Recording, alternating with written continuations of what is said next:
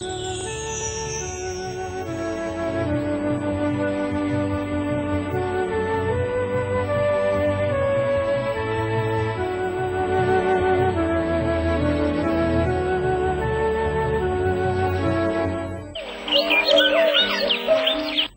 جب آپ دیکھتے ہیں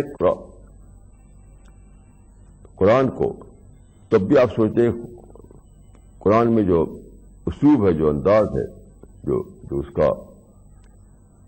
کا جو معیار ہے، اس کا ادبی معیار اتنا اونچا ہے کہ اس میں آپ کو دیکھتے ہیں کہ کتنی ایک بہت بڑا ایکسپیرئنس ملتا ہے اس میں آپ کو. پھر آپ جب سوچتے ہیں نیچر کے بارے میں، خدا کے کریشن کے بارے میں، تو بہت بڑا آپ کو احساس ہوتا ہے کتنا بڑا خدا جس نے اس کو بنایا. میں کہوں کہ معرفت ایک سائنس آف گاڈ ہے.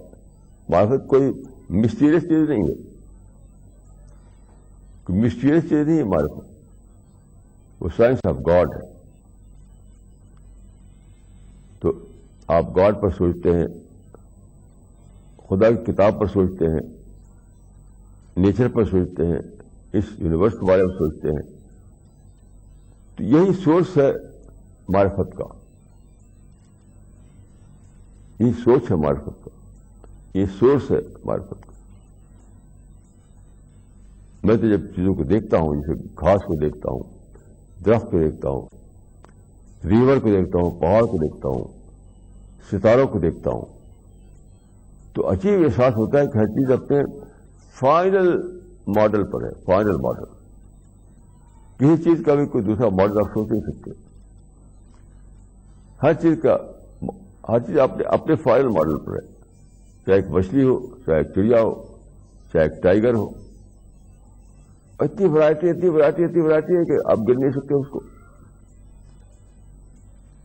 تو اب اس میں کتنا ایک احساس ہوتا ہے کہ خدا کی کتنا زیادہ طاقت ہے، اس کی خدا کی قدرت، خدا کی طاقت کتنی زیادہ ہے. اتنی انگنت ورائٹی خدا نے بنا ڈالی، ہر ورائٹی جو اپنے فائنل ماڈل پر ہے. تو اس طرح سے معرفت آتی ہے، فزیکل ایکسرسائز سے معرفت نہیں آتی. پھر ایک بات دیکھیے یہ ہے کہ اللہ تعالیٰ نے جب انسان کو بنایا تو اس کے اندر وہ رکھ چیز رکھ دی، یعنی خدا انسان کے نیچر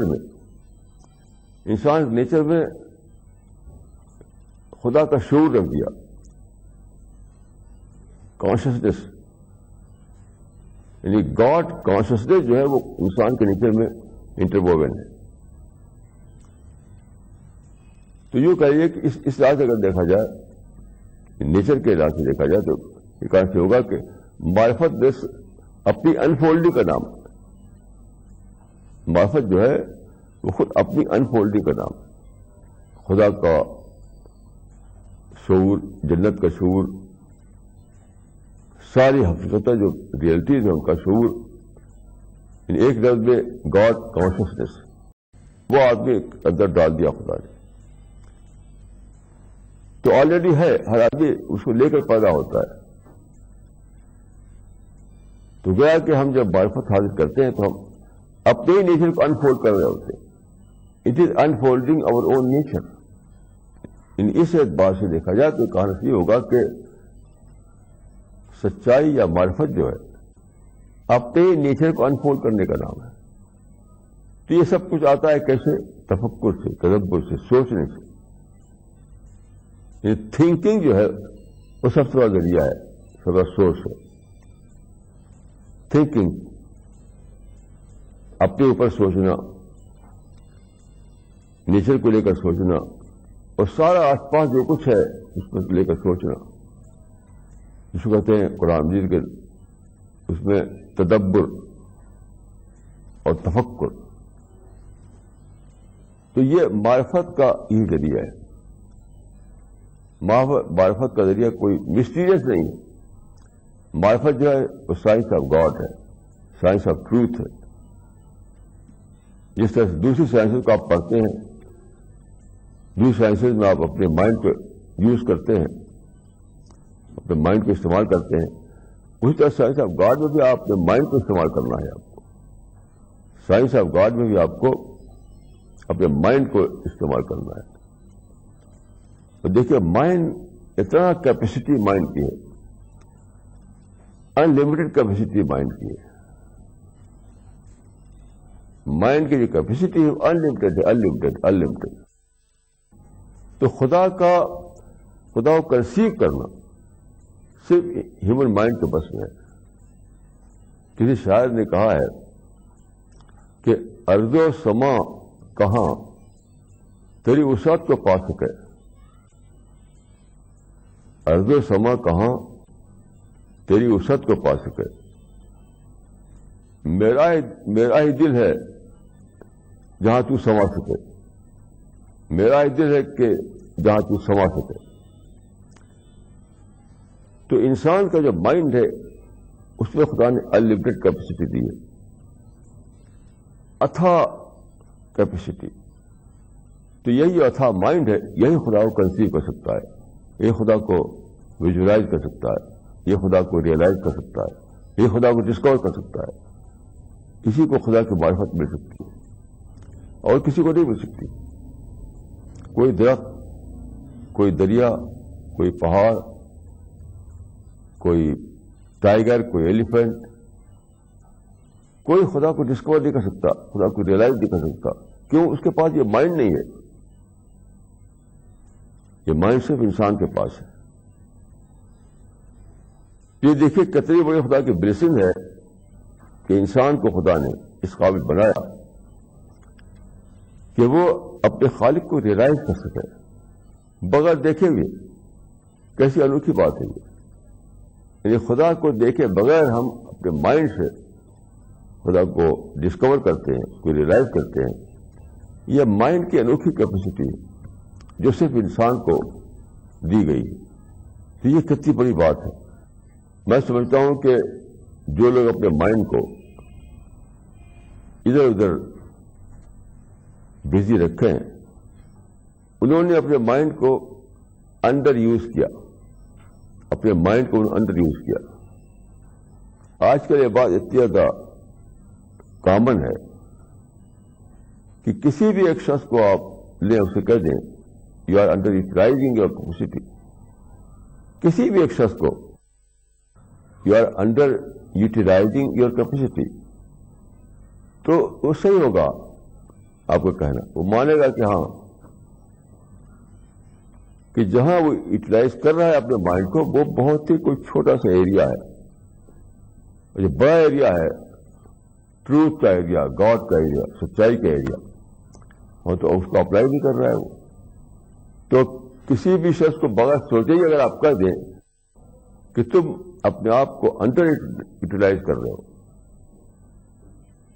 تمہارے اندر جو خدا نے جو دی ہے صلاحیت، کیپیسٹی، اس کو تم انڈر یوٹیلائز کر رہے ہو، تو بالکل صحیح ہوگا وہ. کیونکہ سب لوگ کیس یہی ہے. آج کا سب کا کیس یہی ہے کہ وہ اپنے آپ کو انڈر یوٹیلائز کرتے ہیں.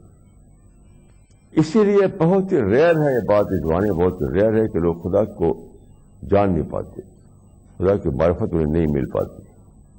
وہ دوسری چیزوں کو جان پاتے ہیں اور دوسری چیزوں کی بڑائی کا انہیں پتا ہوتا ہے، خدا کی بڑائی کا انہیں پتا نہیں ہوتا. اسی لیے دیکھیے خدا کی بڑائی پر کوئی کتاب نہیں لکھی گئی، کیونکہ خدا کی بڑائی کو ڈسکور نہیں کیا تو کتاب بھی نہیں لکھی. تو یہ میں کہوں گا کہ جس چیز کو ہم معرفت کہتے ہیں وہ وہی چیز کو ہم جس کے لیے ڈسکوری یا ریئلائز کا ورڈ بولا جاتا ہے. معرفت کوئی مسٹیریس چیز نہیں ہے. معرفت سائنس آف گاڈ کا نام ہے، اور جب ڈسکوری ہوتی ہے آپ کو سچائی کی تو اسی کا نام معرفت ہوتا ہے. رہنمائے زندگی. قرآن کی جو آیتیں میں نے نقل کی آپ کے سامنے، اس سے یہ بات نکلتی ہے کہ انسان سے اللہ تعالیٰ کو جو ایمان مطلوب ہے، ایمان وہ فقہی درجے کا ایمان نہیں ہے، وہ معرفت کے درجے کا ایمان ہے. جیسے میں اس وقت کہوں کہ شیر کا ورڈ بولوں، ٹائیگر کا ورڈ بولوں، یہاں بیٹھ کر جب میں ٹائیگر کہہ رہا ہوں یا شیر کہہ رہا ہوں تو وہ ایسے ہی نارمل طریقے سے میں کہہ رہا ہوں، میرے اندر کوئی اس کی وجہ سے کوئی ہلچل نہیں پیدا ہو رہی. یہاں میں بیٹھا ہوا ہوں اور میں کہوں کہ ٹائیگر، شیر، تو میرے اندر کوئی ہلچل نہیں آئی. لیکن ایک ہنٹر نے لکھا ہے، ایک مشہور ہنٹر نے جو جنگلوں میں جاتا تھا جہاں کے شیر ہوتے تھے، تو اس نے کہا ہے کہ اگر آپ کسی جنگل میں راستہ چل رہے ہیں، آپ جانتے ہیں شیر جو ہے کھلے میدان میں نہیں ہوتا ہے، وہ جھاڑیوں میں ہوتا ہے، بشز میں ہوتا ہے. وہ عام طور پر کھلی جگہ جیسے ہرن وغیرہ بیٹھتے ہیں ویسے ٹائیگر نہیں بیٹھتا. تو اسے لکھا ہے کہ اگر آپ راستہ چل رہے ہیں، اچانک آپ نوٹس کرتے ہیں کہ چند میٹر کے فاصلے پر وہاں ایک ٹائیگر کھڑا ہوا ہے، آپ کی طرف دیکھ رہا ہے، تو اس وقت کیا ہوتا ہے؟ اس وقت آپ کا جو بلڈ سرکولیشن ہے وہ بلڈ اسٹارم بن جاتا ہے. بلڈ سرکولیشن جو بلڈ اسٹارم بن جاتا ہے. یہ ریئلائزیشن یہاں بیٹھ کر کہے کہ ٹائیگر اور شیر اور اسد، عربی میں اس کو اسد کہتے ہیں، تو اسد کہیں، ٹائیگر کہیں، شیر کہیں، یہاں بیٹھے ہوئے تو ہماری شخصیت میں ہمارے اندر جو ہے کوئی ہلچل نہیں پیدا ہوئی، کیونکہ ڈکشنری کا ایک ورڈ ہے اس کو ہم نے دوہرا دیا بس. لیکن جب جنگل میں ہم ہوتے ہیں وہاں ہم دیکھتے ہیں کہ ایک ٹائیگر کھڑا ہوا ہے، ہماری طرف دیکھ رہا ہے، تو ہمارے اندر ایک ہلچل پیدا ہو جاتی ہے. اس کا نام ہے معرفت. اس مثال سے آپ سمجھیے ایمان کیا ہے اور معرفت کیا ہے. ایمان تو یہ ہے کہ آپ نے ایک انفارمیشن کے طور پر یا نالج کے طور پر خدا کو جان لیا اور زبان سے اس کو اقرار بھی کر لیا. آپ کو کسی طریقے سے یہ جانکاری ہو گئی کہ خدا ہے تو اس کو آپ نے دوہرا دیا زبان سے کہ لا الہ الا اللہ محمد رسول اللہ. لیکن معرفت کے درجے کا جو ایمان پیدا ہوتا ہے آدمی کے اندر تو وہ ہلچل لے کر آتا ہے، ہلچل. اسی لیے جو میں نے آیت پڑھی آپ کے سامنے کہ تفیض من الدم، ان کو جو معرفت خدا کی ہوئی تو ان کی آنکھوں سے آنسو بہنے لگے، کیونکہ سینے میں جو ہلچل پیدا ہوئی تھی، ہلچل جو ہے آنسو کی شکل ظاہر ہوتی ہے. تو ایمان جو ہے اس وقت تک اللہ تعالیٰ کے یہاں معتبر نہیں ہے جب تک وہ معرفت نہ بن جائے. معرفت نہ بن جائے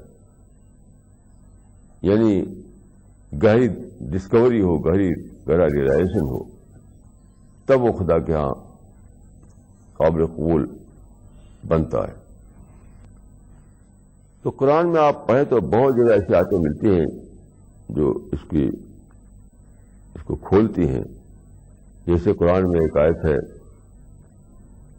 کہ انما المؤمنون الذین اذا ذکر اللہ وجلت قلوبہم،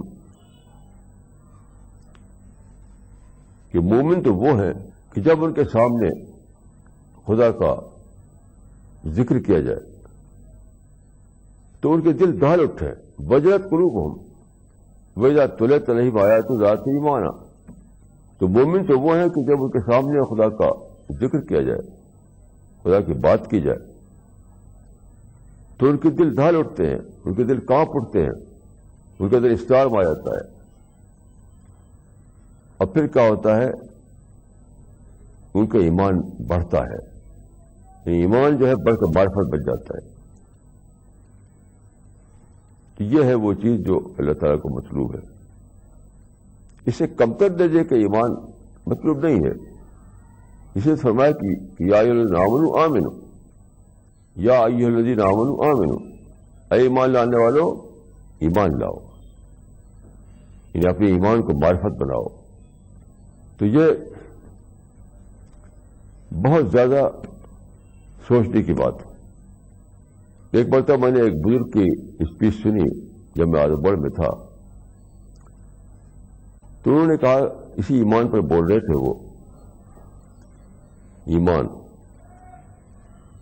کہ لوگ کہتے ہیں کہ ہمارے پاس ایمان ہے، ایمان سے نجات ملتی ہے، ہمارے پاس ایمان ہے، ایمان جنت ملتی ہے. کیونکہ بخاری میں ہے روایت کہ من قال لا الہ الا اللہ دخل الجنہ،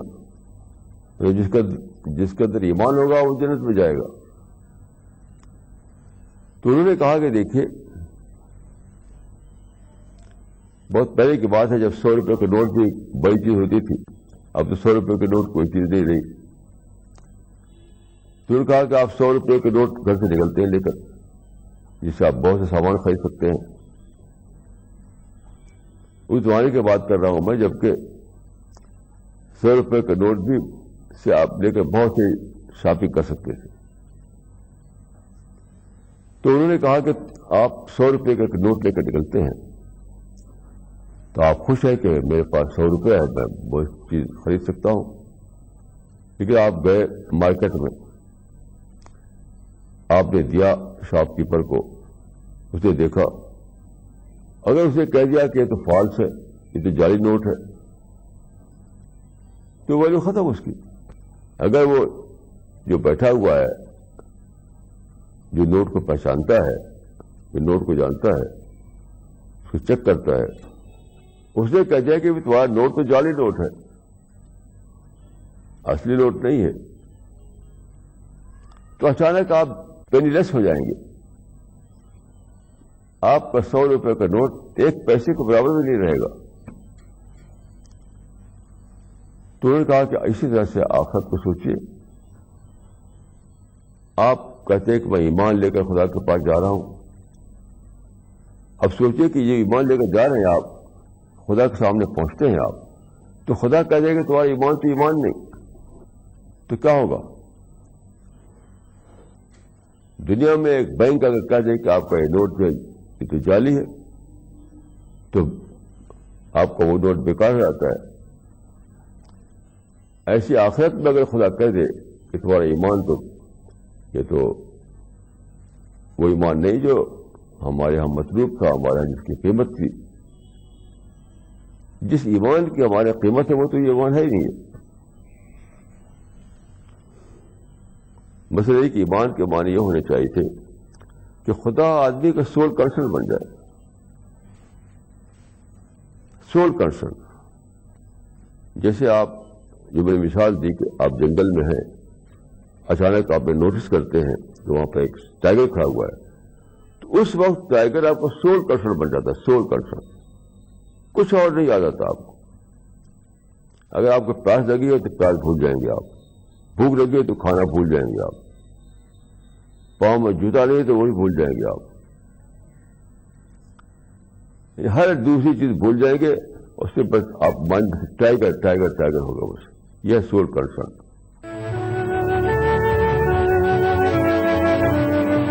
رہنمائے زندگی. ایمان اگر سچا ایمان ہو تو کیا ہوگا؟ خدا آپ کا سول کنسرن بن جائے گا. اس کو قرآن میں 2 لفظوں میں بتا دیا گیا ہے، 2 شبدوں میں. ایک ہے ورس والذین آمنوا اشد حبا للہ، والذین آمنوا اشد حبا للہ، اور جو لوگ خدا پر ایمان لاتے ہیں وہ سب سے زیادہ محبت خدا سے کرتے ہیں. اشد حبا للہ، سب سے زیادہ محبت ان کو خدا سے ہو جاتی ہے. ایسی ایک اور آیت ہے وَلَمْ يَخْشَ إِلَّا اللَّهُ، یہ جب ایمان آ جاتا ہے تو خدا کے سوا کسی کا ڈر نہیں ان کے دل میں رہ جاتا. کیونکہ ڈر سے خدا کے لیے ہو جاتی. تو گیا کہ پہچان کیا ہوئی ایمان کی؟ دل میں صرف ایک خدا کی محبت آ جانا اور دل میں صرف ایک خدا کا ڈر آ جانا. یہ ہے معرفت والا ایمان. تو اسی کو انہوں نے بیان کیا کہ اگر آپ جا رہے ہیں نوٹ لے کر خوشی خوشی، تو بینک کے کہنے کے بعد نوٹ بے قیمت ہو جاتا ہے، صرف ایک پیپر بن جاتا ہے وہ. تو خدا کے ہاں جو ایمان لے کر جا رہے ہیں آپ، تو خدا اگر کہہ دے کہ تمہارا ایمان تو وہ نہیں ہے جس کی یہاں ویلو ہو، تو آپ کو ایمان کیا رہے گا؟ کچھ بھی نہیں رہے گا، کچھ بھی نہیں رہے گا. تو یہ ساری جو باتیں ہیں یہ بہت زیادہ سوچنے کی باتیں ہیں. ہمیں سوچنا چاہیے کہ کیا ہمارا ایمان وہ ایمان بنا ہے جس کو معرفت والا ایمان کہا گیا ہے؟ کیا ہمارا ایمان وہ ایمان بنا ہے جو خدا کے ہاں ایکسپٹ کیا جائے؟ کیا ہمارا ایمان وہ ایمان بنا ہے جو جنت کا سرٹیفکیٹ بن جائے آخرت میں؟ بہت زیادہ سوچنے کی بات ہے. آدمی خود ہی اپنے بارے میں سوچ کے جان سکتا ہے، کوئی دوسرا آپ کو بتا نہیں سکتا ہے. یہ باتیں جو ہیں آدمی خود سوچے تو جان لے گا، انٹراسپیکشن کرے تو جان لے گا. کوئی دوسرا آدمی کیا بتائے گا؟ وہ تو کچھ نہیں بتا سکتا ہے. تو یاد رکھیے انسان کو اس دنیا میں جو موقع دیا گیا ہے وہ صرف ایک بار کا موقع ہے. یہ پیدا ہوئے کچھ دن دنیا میں رہے اور پھر چلے گئے دنیا سے. اب پھر وہ لوٹنا نہیں ہوتا، پھر وہاں سے لوٹ کر یہاں آنا نہیں ہے. تو کتنا زیادہ یہ رسکی معاملہ ہے. آج میں صبح سوچ رہا تھا اپنے کئی ساتھیوں کو جو مجھ سے کچھ بڑے بھی تھے، تو ان کو نام لے کر میں نے سوچا کہ دیکھو فلاں آدمی اس کی ڈیتھ ہو گئی، فلاں آدمی اس کی ڈیتھ ہو گئی، فلاں آدمی اس کی ڈیتھ ہو گئی. تو کئی نام ایسے میرے ذہن میں آئے جو آج دنیا میں موجود نہیں ہیں. اب میں نے سوچا کہ دیکھیے یہ لوگ ایٹرنیٹی میں داخل ہو گئے. یہ دنیا جو تھی یہ تو ایک ٹیمپرری دنیا تھی، ٹیمپرری. اس کے بعد جو ہے وہ تو ایٹرنیٹی ہے. اس دنیا سے آدمی کچھ بھی لے کر نہیں جاتا، سب کچھ چھوڑ کے جاتا ہے. تو وہاں پر جب جائے گا آدمی کتنا انوکھا معلوم ہوگا کہ سب کچھ جو تھا میرے پاس سب چھوٹ گیا. کار بھی چھوٹ گئی، بلڈنگ بھی چھوٹ گئی، بینک بیلنس بھی چھوٹ گیا، فرینڈس بھی چھوٹ گئے، اولاد و فیملی بھی چھوٹ گئی، ایک دم اکیلا. تو کیسا انوکھا ایکسپیرئنس ہوگا. تو بائبل میں ہے کہ ابد تک رونا اور دانت پیسنا ہوگا. یعنی جو لوگ وہاں پر اس طرح پہنچے کہ ان کے پاس سچا ایمان نہ ہو، وہ ایمان جو وہاں جس کی پرائز ٹھہرے، خدا کی عدالت میں اس کی پرائز ٹھہرے، وہ ایمان. تو بتائیے کہ اس کا کیا حال ہوگا. اس دنیا میں دیکھیے جب لوگوں کو ملتا ہے سامان تو انکانشیسلی وہ سمجھ لیتے ہیں کہ سب کچھ ہمیں حاصل رہے گا. اس کو پرماننٹ سمجھ لیتے ہیں انکانشیسلی. یعنی آپ کو سب چیز ملی، کہ آپ کو ہیلتھ ملی، آپ کو فیملی ملی، آپ کو بلڈنگ ملی، آپ کو کار ملی، سب چیز. تو اس میں جو آپ رہنے لگتے ہیں تو انکانشیسلی یہ مائنڈ بن جاتا ہے کہ یہ سب ہمارا ہے، ہمارا رہے گا، یہ چیزیں ہمارے ساتھ رہیں گی. جب ڈیتھ ہوتی ہے، ڈیتھ اچانک پتا چلتا ہے کہ میں کتنی بڑی بھول میں تھا، کتنی بڑی بھول میں تھا، یہ تو سب کچھ چھوٹ گیا، سب کچھ چھوٹ گیا، کوئی چیز میرے ساتھ نہیں آئی، کسی چیز نے میرا ساتھ نہیں دیا. یہ بہت زیادہ سوچنے کی بات ہے. میرے پاس ایک صاحب آئے میرے آفس میں، بہت ہی اطمینان سے انہوں نے کہا کہ شکر ہے کہ اللہ نے ہمیں ایمان دیا ہے، ایمان جو ہے ہماری جنت کی گارنٹی ہے، ایمان دیا ہے اور ایمان جنت کی گارنٹی ہے. تو میں سوچنے لگا کہ دیکھیے کتنے بڑے بھرم میں انسان پڑا ہوا ہے. ایمان اس وقت ایمان ہے جبکہ خدا کہہ دے کہ ہاں ایمان ہے. یہ جیسے میں نے عرض کیا نوٹ اس وقت نوٹ ہے جبکہ بینک کہہ دے کہ ہاں یہ نوٹ ہے صحیح، بولے وہ کاغذ کا پرزہ ہے. تو یاد رکھیے ہمارے اپنے ماننے سے کوئی ایمان سچا ایمان نہیں بن جاتا ہے. خدا جب سرٹیفائی کرے گا اس کو تب وہ ایمان بنے گا. یہ ہونے والا ہے پوسٹ ڈیتھ پیریڈ میں، ڈیتھ کے بعد. اسی لیے حدیث میں آتا ہے کہ الایمان بین الرجاء والخوف، الایمان بین الرجاء والخوف، یعنی ایمان جو ہے وہ ہوپ اور فیئر کے بیچ میں ہوتا ہے. ہوپ اور فیئر، یعنی ایک طرف کیا آپ سوچتے ہیں کہ بھائی میں نے ایمان قبول کیا ہے، میں نے کلمہ پڑھا ہے،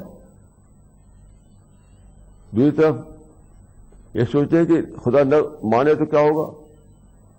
میں تو کہہ رہا ہوں کہ میں نے کلمہ پڑھا ہے، میرے پاس کلمہ ہے، لیکن جب خدا اس کو مانے تب تو وہ کلمہ ہے ورنہ کچھ نہیں.